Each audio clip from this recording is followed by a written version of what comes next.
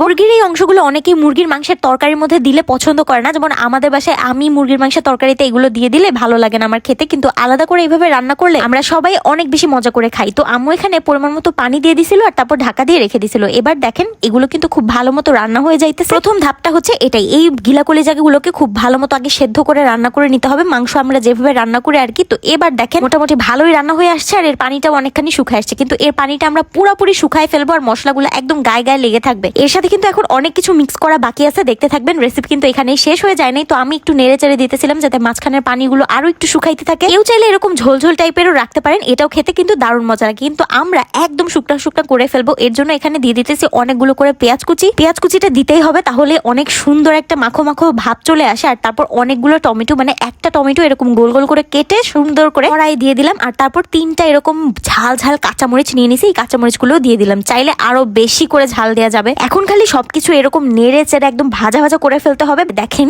একদম কাছ থেকে দেখাই দিচ্ছি, এতটা সুন্দর লাগছিল দেখতে আর এত ঘ্রাণ বেরোচ্ছিল। এই খাবারগুলো আমরা প্রায়শই ফেলে দেই, অথবা কেউ পছন্দ করে তো কেউ পছন্দ করে না। এভাবে করে রান্না করে দেখবেন বাসার সবাই খেতে বাধ্য হবে। রুটি দিয়ে হোক, পোলাও দিয়ে হোক, খিচুড়ি দিয়ে হোক, গরম গরম ভাত দিয়ে হোক, সবকিছুর সাথে বেস্ট বেস্ট বেস্ট লাগে। আমি 1 চামচ ভরে নিয়ে নিলাম, আজকে গরম ভাতের সাথেই ট্রাই করব। আসলেই অনেক বেশি মজা হয়েছিল, সামনে থেকে দেখেই বোঝা যাচ্ছে কতটা মজা ছিল। আর এই জিনিসটা আমার একটু ঝাল ঝাল করে খেতেই পছন্দ।